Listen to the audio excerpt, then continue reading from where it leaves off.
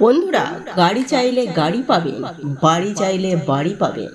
এক কথায় বলতে গেলে আপনারা যা চাইবেন তাই পাবেন। বন্ধুরা, সোমবার দিন এই একটি ফুল অর্পণ করুন শিবলিঙ্গে।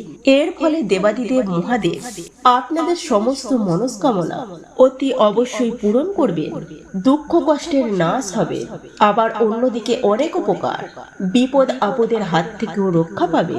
বন্ধুরা, যারা দেবাদিদেব মহাদেবকে ভালোবাসে, মনে প্রাণে ভক্তি করেন, যারা সোমবার দেবাদিদেব মহাদেবের ব্রত রাখেন, হ্যাঁ বন্ধুরা, যারা দেবাদিদেব মহাদেবের পুজো অর্চনা করতে চান, তাদের প্রত্যেকের জানা উচিত যে কোন সেই বিশেষ 5টি পাতা যে সোমবার দিন শিবলিঙ্গের মাথায় অর্পণ করলে দেবাদিদেব মহাদেব অত্যন্ত খুশি হন এবং সেই ভক্তের যাবতীয় মনস্কামনা সুনিশ্চিতভাবে পূরণ করে থাকে তথা সুখ শান্তি সমৃদ্ধিতে ভরিয়ে দেন তার ভক্তদের জীবন।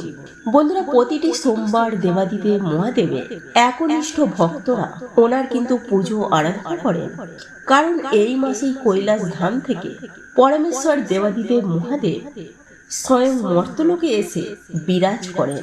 আর এই সময় আপনার যদি মনে প্রাণে দেবাদিদেব মহাদেবকে ডাকতে পারেন, তাহলে আপনাদের জীবন থেকে সমস্ত রকমের দুঃখ জ্বালা যন্ত্রণা উনি কিন্তু স্বয়ং হরণ করে নেবেন।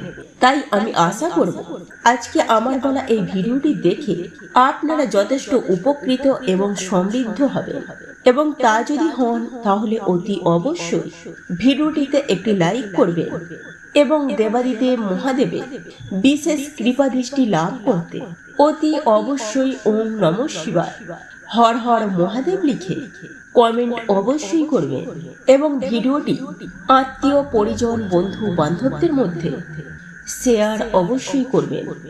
বিশেষ করে যারা শিব পুজো ও ব্রত করতে চান তাদের উদ্দেশ্যে অতি অবশ্যই এই ভিডিওটি শেয়ার করবে, যাতে করে এই বিষয়গুলির সম্পর্কে তারাও অবগত হতে পারে।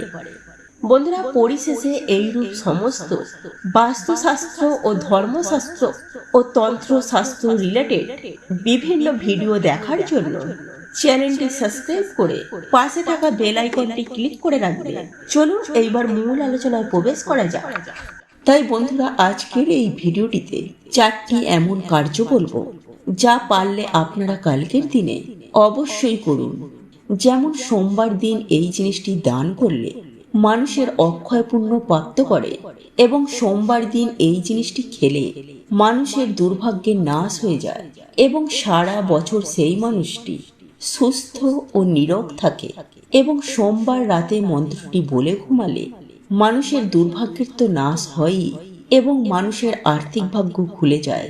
তাই বন্ধুরা, আপনারা কিন্তু অবশ্যই ভিডিওটি পুরো দেখুন এবং ভিডিওটি একটি লাইক করে কমেন্টে হর হর মহাদেব ও জয় শ্রীকৃষ্ণ রাধে রাধে অবশ্যই লিখুন। নাম্বার 1, বন্ধুরা, মহাদেব হচ্ছেন দেবাদিদেব, মানে দেবতাদেরও যিনি দেব। তাই ভগবান শিবের কৃপা ছাড়া কিন্তু কোনো দেবতারাও আপনাদেরকে আশীর্বাদও প্রদান করবেন না। তাই এই মহা সোমবারে আপনারা বাবার পুজো ভক্তি ভরে দিন। বেলপত্র আপনারা অবশ্যই দিন, পারলে ধুন্দ্রা ফুল বাবাকে অবশ্যই নিবেদন করুন এবং উত্তর দিকে মুখ করে আপনারা এই দিন বাবার পুজো অর্চনা দেবেন।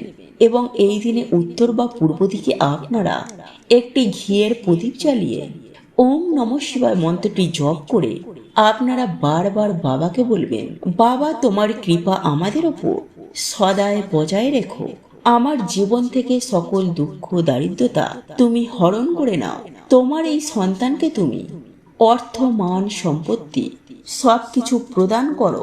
নাম্বার 2, বন্ধুরা, পুজো তখনই সম্পূর্ণ হয় যখন পুজোর পর দান করা হয়। তাই এর জন্য বন্ধুরা আমাদের হিন্দু ধর্মে প্রসাদ বিতরণ করা হয়।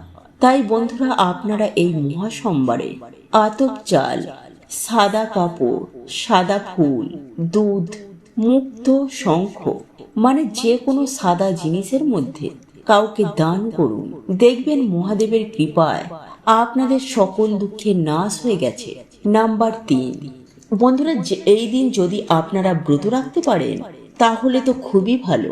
তাই বন্ধুরা, আপনারা এই দিনে রাতের বেলায় ভগবান মহাদেবের নাম নিয়ে আতপ চাল, মুগ ডাল, আলু, ঘি এবং বিভিন্ন ধরনের সবজি দিয়ে আপনারা একটি ভগবানের ভোগের মতো প্রসাদ রান্না করবেন এবং সেই প্রসাদটি আপনারা তামা এবং পিতলের পাত্রে রান্না করবেন। তারপর সেই প্রসাদ আপনারা ভগবান শিবকে স্মরণ করে মা অন্নপূর্ণাকে প্রণাম করে তারপর সকলে মিলে গ্রহণ করুন। কিন্তু ভুলেও বন্ধুরা আপনারা এই দিনে মদ, মাংস, পেঁয়াজ, রসুন মানে কোনো রকমের আমিষ জাতীয় খাবার একদমই খাবেন না, যদি আপনারা এই দিন ব্রতের ফল পেতে চান। এছাড়াও বন্ধুরা আপনারা এই দিন সামান্য হলেও শ্রীফল, যাকে আপনারা নারিকেল বলেন, তা গ্রহণ করুন। এতে বন্ধুরা মানুষের আর্থিক ভাগ্য খুলে যায়। নাম্বার 4, এরপর বন্ধুরা আপনারা রাতের বেলায় ঘুমানোর আগে যে মন্ত্রটি বলে আপনারা ঘুমাবেন তা হচ্ছে ওং হিং ক্লিং নমঃ শিবায়।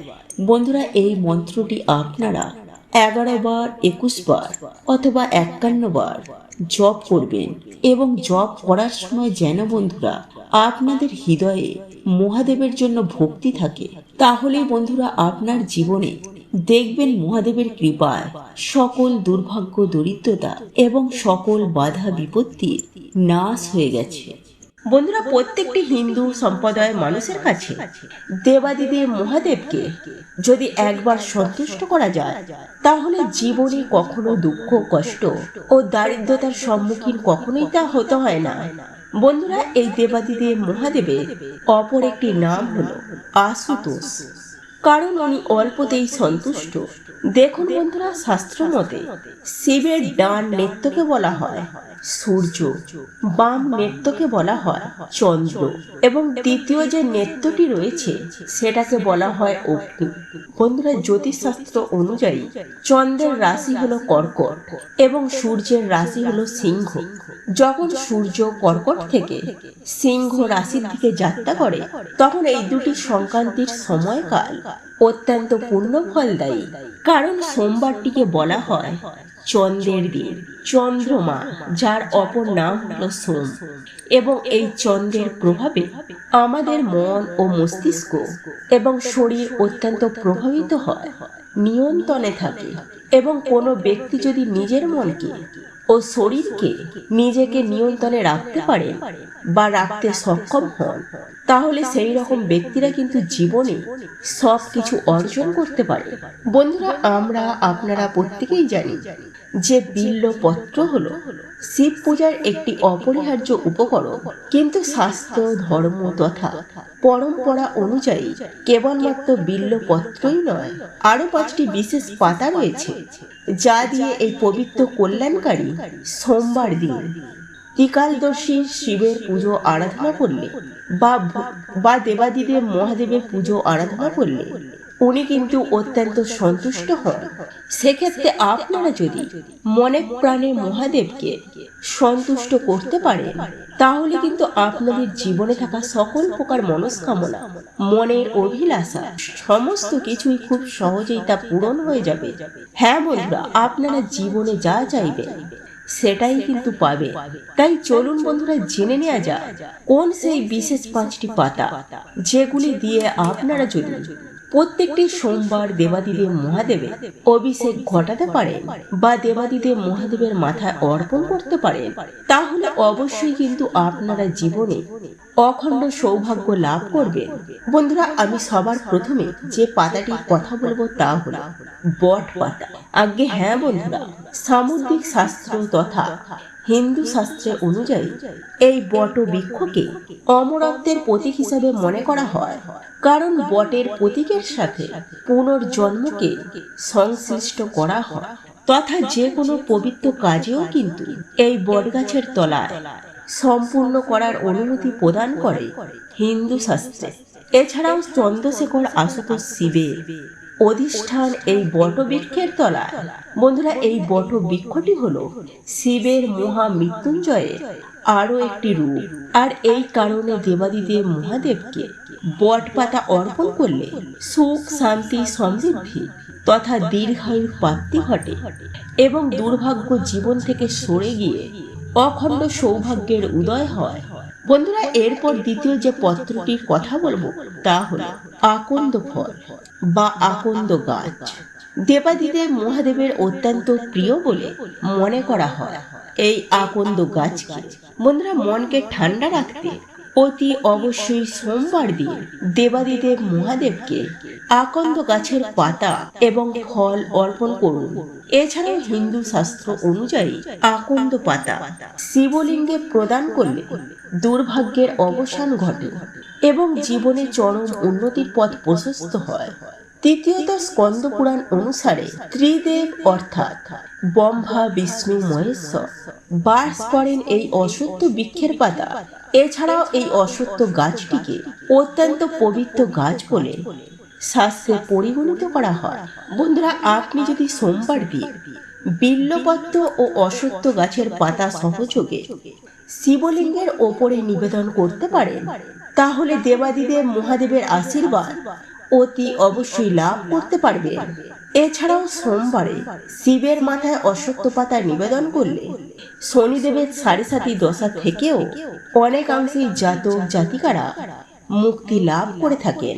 বন্ধুরা, এরপর চতুর্থ পাতাটি হলো অশোক গাছের পাতা।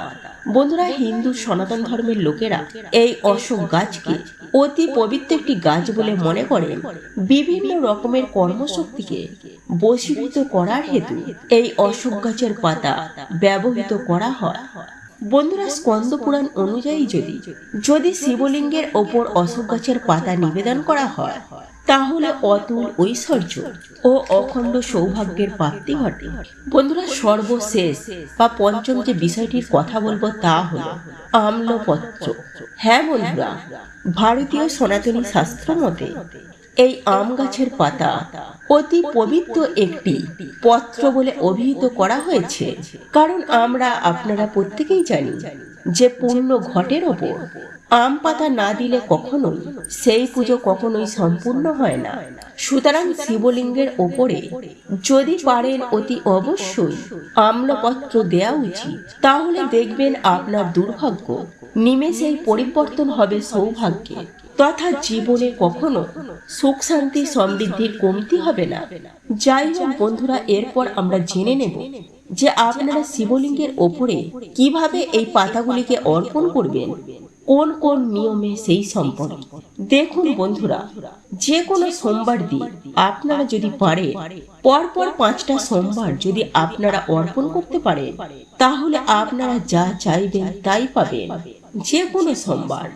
যে কোনো সোমবার সকাল সকাল ঘুম থেকে উঠবেন, স্নান করে শুদ্ধ বস্ত্র পরিধান করবেন।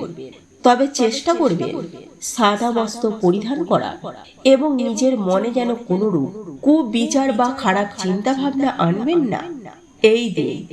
বন্ধুরা, এই দিন পুজো করার সময় আপনারা নিজের মনকে সব সময় পবিত্র রাখবেন। ঈশ্বরের প্রতি নিজের মনকে বিলীন রাখবেন।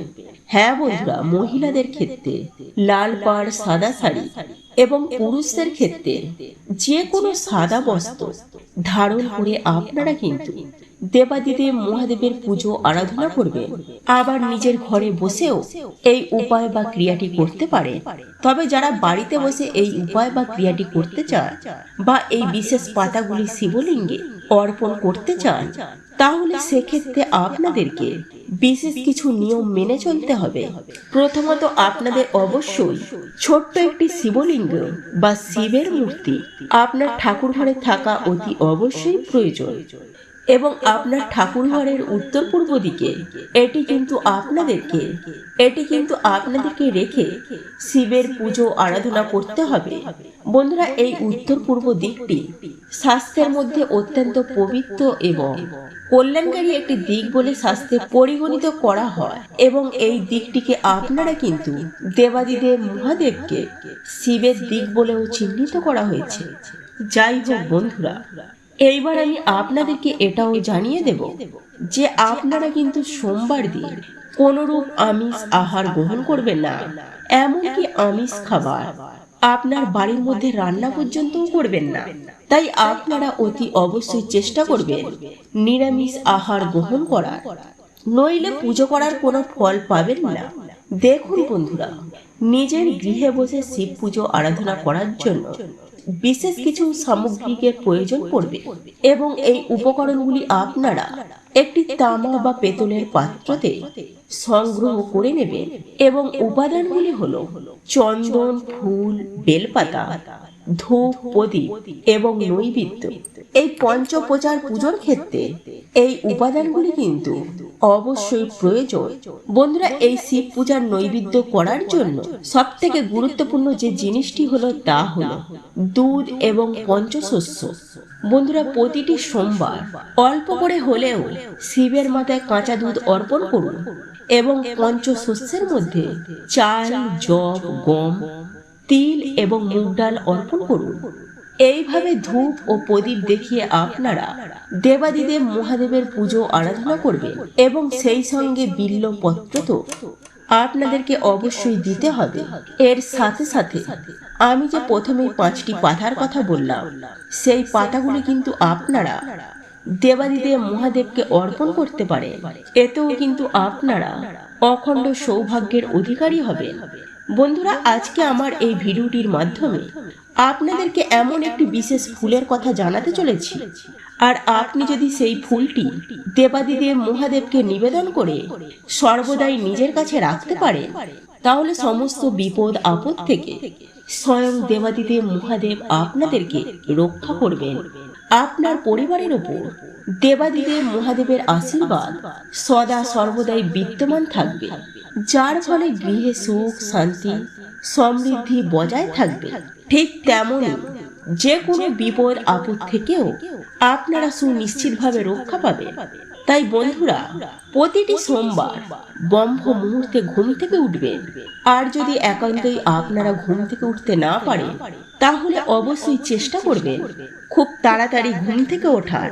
তারপর আপনারা স্নান করে শুদ্ধ বস্ত্র পরিধান করে আপনার ঠাকুর ঘরে গিয়ে ঈশ্বর বা ভগবানের সেবায় নিজেকে নিয়োজিত করবেন। কিন্তু তার আগে আপনাদেরকে কয়েকটি অপরিচিতা ফুল সংগ্রহ করে নিতে হবে। বন্ধুরা, আমি সবার প্রথমেই আপনাদেরকে জানিয়ে দেব যে শিবলিঙ্গকে গঙ্গা জল দিয়ে ভালো করে ধুয়ে পরিষ্কার পরিচ্ছন্ন করে নেবে। তারপর একে একে দুধ, মধু, ঘি, চিনি ও দই তথা সর্বোপরি আপনারা আবারও গঙ্গা জল দিয়ে শিবলিঙ্গের অভিষেক ঘটাবেন। তবে বন্ধুরা, একটি বিষয় অতি অবশ্যই মাথায় রাখবেন, দুধ কিন্তু কাঁচা হতে হবে। সাথে পঞ্চামৃত তৈরি করে তা অবশ্যই শিবলিঙ্গে নিবেদন করবেন। এরপর এই অভিষেক ঘটানোর পর অতি অবশ্যই শিবলিঙ্গে চন্দনের প্রলেপ লাগাতে ভুলবেন না। এবং এই চন্দনের প্রলেপ লাগানোর পর অতি অবশ্যই শিবলিঙ্গে 2টি অপরিচিতা ফুল নিবেদন করবেন এবং একই সঙ্গে আকন্দ ফুল, ধুতরা ফুল, কলকে ফুল এবং অতি অবশ্যই ত্রিপত্রযুক্ত বিল্লপত্র বা বেলপাতা, যা দেবাদিদেব মহাদেবের অতি প্রিয়, সেটিও কিন্তু অর্পণ করতে ভুলবেন না। তথা আপনারা যখন দেবাদিদেব মহাদেবের শিবলিঙ্গটিকে অভিষেক করাবেন এবং এই ফুলগুলি শিবলিঙ্গে অর্পণ করবেন, তখন কিন্তু অতি অবশ্যই একটি বিশেষ মন্ত্র জপ করবেন। আর মন্ত্রটি হলো ওম নমঃ শিবায়, ওম নমঃ শিবায়, ওম নমঃ শিবায়। এই মন্ত্রটি আপনারা 108 বার অতি অবশ্যই জপ করবেন। আর আপনাদের পক্ষে যদি একান্তই সম্ভব না হয়, তাহলে অন্তত পক্ষে 28 বার এই মন্ত্রটি জপ করতেই হবে। এই মন্ত্রটি জপ করার পর আপনারা শিবলিঙ্গে পুজো আরাধনা শেষ করবেন এবং নিজের যাবতীয় মনস্কামনা, আপনার প্রত্যেকটি ইচ্ছা তার দেবাদিদেব মহাদেবকে ভক্তি ভরে শ্রদ্ধার সঙ্গে অতি অবশ্যই জ্ঞাপন করবেন। এরপর সন্ধ্যার সময় সেই নীল অপরিচিতা ফুলগুলি দেবাদিদেব মহাদেবের কাছ থেকে আপনারা অতি অবশ্যই সংগ্রহ করবেন এবং একটি নীল কাপড়ে একটি অপরিচিতা ফুল ভরে দেবেন এবং সেটিকে নিজের মানি ব্যাগে আপনারা রেখে দেবেন। এবং আপনারা যে কাজেই যান না কেন, এই ফুলটিকে কিন্তু আপনারা অতি অবশ্যই সঙ্গে করে নিয়ে যাবেন। দেখবেন আপনারা বিভিন্ন রকমের বাধা বিপত্তি থেকে রক্ষা পাবেন এবং জীবনে সফলতা আসবে অতি অবশ্যই। তথা আপনারা যে কাজেই হাত দেবেন সেই কাজই কিন্তু আপনাদের সম্পূর্ণ হয়ে যাবে কোনো বাধা বিপত্তি ছাড়াই। বন্ধুরা, আমরা আপনারা প্রত্যেকেই জানি দেবাদিদেব মহাদেব হলেন আশুতোষ শিব। উনি একটু বেলপাতা ও এক ঘটি জলেই সন্তুষ্ট। উনি মানুষের ভক্তিভাব, নিষ্ঠা, কর্তব্য, দায়িত্ব এবং মানবিকতাকে বিচার করে আশীর্বাদ দিয়ে থাকে। সুতরাং আপনার মনের মধ্যে যদি দেবাদিদেব মহাদেবের প্রতি নিষ্ঠা ভক্তি থেকে থাকে, তাহলে অবশ্যই আপনারা একবার হলেও কমেন্ট করবে ওম নমঃ শিবায়, ওম নমঃ শিবায়, ওম নমঃ শিবায়। তো এই ছিল আমাদের আজকের ভিডিওটি কেমন লাগলো তা কমেন্ট করে অবশ্যই নিজের মতামত জানাবেন। ভালো লেগে থাকলে অবশ্যই একটি লাইক করবেন।